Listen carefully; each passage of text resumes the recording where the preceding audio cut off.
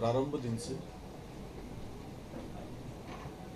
मैं इस अवसर पर आप सभी का, हमारे सभी मीडिया के सभी मित्रों का, electronic media, print media, digital media, social media, सभी प्रकार का जो मीडिया है, मैं आप सभी का भारतीय जनता पार्टी के प्रदेश कार्यालय पर आप सबका स्वागत करता हूँ। मेरे साथ इस पत्रकार वार्ता में यहाँ पर सभी का परिचय मनवीर जी ने बताया, क्योंकि आज ये मीडिया की और पार्टी की नई टीम भी यहाँ पर बनी है, तो मैं इन सभी को भी अपनी तरफ से शुभकामना देता हूँ। मेरे बाईं तरफ प्रदेश की महामंत्री दीप्ति रावत भारद्वाज जी, और हमारे श्री कुंदन परिहार जी, तरुण बंसल जी, तीनों महामंत्री, और लंबे समय से मीडिया का और अनेक दायित्वों का जिन्होंने राज्य के अंदर काम किया है, अनेक दायित्वों पर लंबा सामाजिक जीवन उनका है,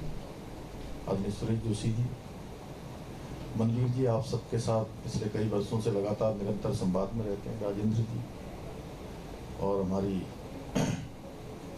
सभी मीडिया के जैसे हनी पाठक जी और कौन कमलेश जी और मथुरा दत्त जोशी जी, सभी हमारे नए दायित्ववान और नए पदाधिकारीगण। मैं आवाज़ आ रही है सबको? मैं आप सभी का आज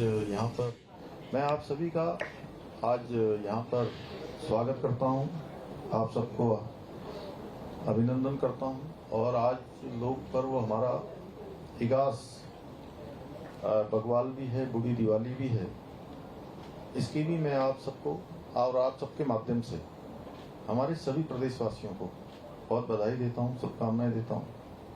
और हम सभी का ये सौभाग्य है कि हम उत्तराखंड निर्माण के 25 वर्ष पूरे होने पर, ये रजत जयंती के अवसर पर रजतोत्सव पूरे राज्य के अंदर इसको एक समारोह के रूप में कर रहे हैं। और मैं अपना भी सौभाग्य मानता हूँ कि मुझे भी राज्य के 25 वर्ष पूरे होने के अवसर पर राज्य के मुख्य सेवक के रूप में राज्य की सेवा करने का अवसर मिला है।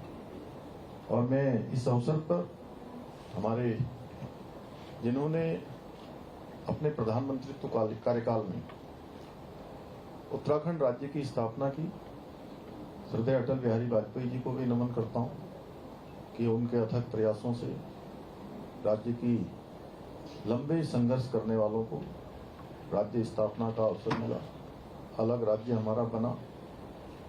और ये रजत जयंती समारोह की भावना है और 25 वर्षों का ये एक उत्सव है कि 25 वर्षों में हमें अनेक प्रकार के अनुभव राज्यवासियों को मिले हैं। राज्य आगे बढ़ा है, अनेक अनुभव लेकर हम और आगे बढ़ेंगे। उसमें हमारा राज्य का हर एक जनगण मन उसमें सहभागी बने, और जो हमारे गंतव्य तक की यात्रा है उस गंतव्य की यात्रा का साथी बने, सहयात्री बने। और यह अवसर हमारे सामने, चूंकि आदरणीय प्रधानमंत्री जी ने 2047 का विकसित भारत का संकल्प सभी देशवासियों के सामने रखा है, आत्मनिर्भर भारत का संकल्प हम सब के सामने रखा है। और जहां हम 2025 में 25 साल पूरे कर रहे हैं और 2050 और इसके ठीक 25 साल बाद हम राज्य का गोल्डन जुबली ईयर मनाएंगे, यानी कि स्वर्ण जयंती वर्ष हमारा होगा 2047 के ठीक 3 वर्षों बाद। तो एक 25 सालों की भी हम इस यात्रा को आगे कैसे नियोजित करना है, एक नियोजन करके उसका भी एक रोड मैप बनाकर आगे बढ़ेंगे। मैं इस अवसर पर देश की सीमाओं पर देश की रक्षा करने वाले उत्तराखंड, जहां देवभूमि के साथ साथ वीर भूमि भी है, और बड़ी संख्या देश की सुरक्षा, देश की रक्षा के लिए, देश की एकता अखंडता के लिए भारत की सीमाओं पर अपना सर्वोच्च बलिदान देने वाले उन अमर बलिदानियों को भी अपना नमन करता हूं। राज्य निर्माण के लिए लंबी शहादत, जिनके संघर्ष, उनके कारण से हमको राज्य मिला, राज्य की स्थापना हुई, ऐसे राज्य के अमर बलिदानियों को जिन्होंने राज्य निर्माण के आंदोलन में अपना बलिदान दिया, उनको भी नमन करता हूँ। राज्य के आंदोलनकारियों को जिन्होंने एक लंबा संघर्ष किया, उन सभी को भी मैं नमन करता हूँ। और ये 25 वर्षों की जो हमारी यात्रा है, आगे का जो रोड मैप है, उसी को आगे बढ़ाने के लिए हमने पहली बार राज्य में ये विशेष सत्र आयोजित करने का भी निर्णय लिया है। और ये हमारे लिए बहुत खुशी की बात है कि इस विशेष सत्र में हमको 3 तारीख को माननीय राष्ट्रपति महोदया का भी संबोधन मिलने वाला है और विशेष रूप से वो हमारे सत्र को संबोधित करेंगे। और जिस प्रकार से राज्य स्थापना में हमारी मातृशक्ति का बहुत बड़ा योगदान रहा है और आज राज्य को चलाने में, आगे बढ़ाने में भी मातृशक्ति का बहुत बड़ा योगदान है। और देश के सर्वोच्च पद पर भी एक राष्ट्रपति ही है जो सामान्य स्थितियों, परिस्थितियों में पैदा होकर आज पूरे देश को दिशा देने का काम कर रही हैं।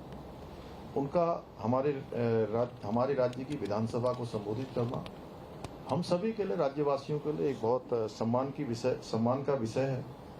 और सत्र में अनेक विषय, क्योंकि ये सत्र कोई कामकाजी सत्र नहीं है, ये सत्र एक चर्चा और आपस में सुझाव और आगे राज्य को किस प्रकार से आगे ले जाना है, पिछले अनुभव कैसे रहे हैं, उन सब पर चर्चा का सत्र है, जिसमें राज्य के समग्र विकास, उपलब्धियों और भविष्य की योजनाओं पर एक सार्थक चर्चा हो। और इसके लिए अभी रजत जयंती समारोह का एक कैलेंडर बनाया गया है, जिसमें आज 1 नवंबर से विधिवत रूप से, आज बड़ी एकादशी भी है, बड़ा शुभ दिन है। और आज से 1 नवंबर से इगास बगवाल भी है, दीपावली, बूढ़ी दीपावली भी है। आज से लेकर 11 नवंबर तक प्रदेश भर में अनेक कार्यक्रम आयोजित किए जाएंगे। और मैं भी आज प्रातःकाल छेनागाड़ क्षेत्र में जो बड़ी आपदा आई थी, उन आपदा पीड़ितों के मिलने के लिए मैं वहां गया था और आज के दिन से उनको समर्पित करते हुए, क्योंकि आपदा में भी हमारे राज्य में इस वर्ष बड़ी क्षति हुई है। अनेक लोगों ने अपने परिजनों को खोया है, घर चले गए हैं, अनेक प्रकार का नुकसान हुआ है, जनहानि हुई है, पशु हानि हुई है, अनेक अवस्थापना, हमारी स्ट्रक्चर पूरी तरह से प्रभावित हुआ है।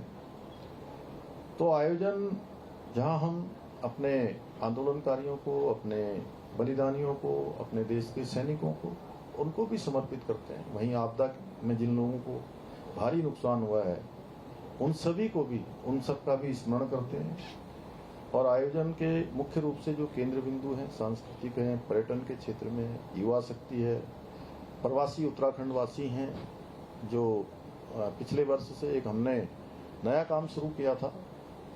आप सबको जानकारी है, क्योंकि आप सब में से बहुत सारे लोग बाल्यकाल से ही राज्य के स्थापना से मीडिया के क्षेत्र में काम कर रहे हैं या समाज के क्षेत्र में काम कर रहे हैं।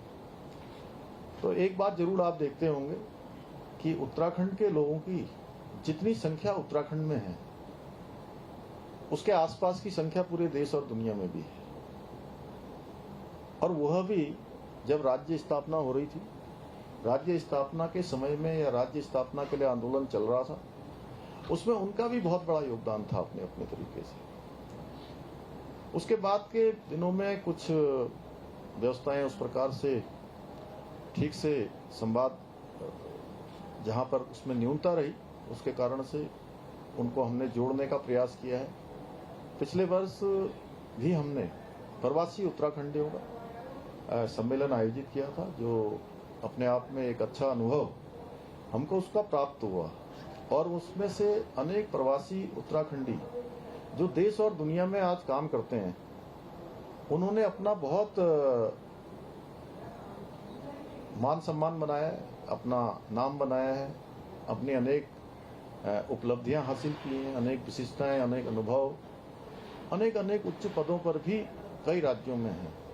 प्रशासनिक दृष्टि से हो, सामाजिक दृष्टि से हो, राजनीतिक दृष्टि से हो, या उद्योग व्यापार का क्षेत्र हो, पत्रकारिता का क्षेत्र हो, कोई भी क्षेत्र ऐसा नहीं है जिसमें प्रवासी उत्तराखंडी आज एक अलग मुकाम पर काम न कर रहे हैं।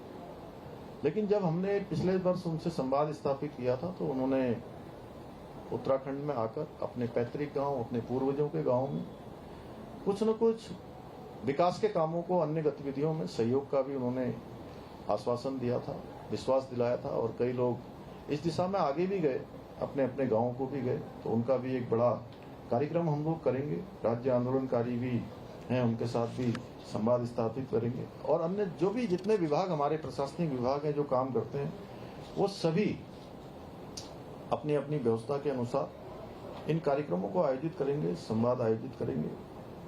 अल्ट्रा मैराथन 2 नवंबर को, कल ही जो है आदि कैलाश क्षेत्र जौलीकोंग, जो भारत का सीमांत क्षेत्र है और जिसको आदरणीय प्रधानमंत्री जी ने ऐसे क्षेत्रों को पहले क्षेत्रों के रूप में संज्ञा दी है, उस क्षेत्र में अल्ट्रा मैराथन होने जा रही है। और 2023 में अक्टूबर माह में प्रधानमंत्री जी सांस्कृतिक कार्यक्रम भी आयोजित किया जाएगा।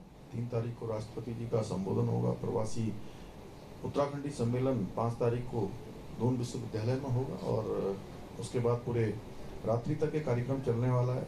6 तारीख को रोजगार मेला, युवा महोत्सव, पूर्व सैनिक सम्मेलन, 7 नवंबर को रैतिक परेड, 8 को राज्य आंदोलनकारी एवं मातृशक्ति के साथ संवाद है। 9 तारीख को राज्य स्थापना दिवस पर माननीय प्रधानमंत्री जी का भी हम सबको, राज्यवासियों को उनका भी सानिध्य प्राप्त होगा, उनका उद्बोधन मिलेगा।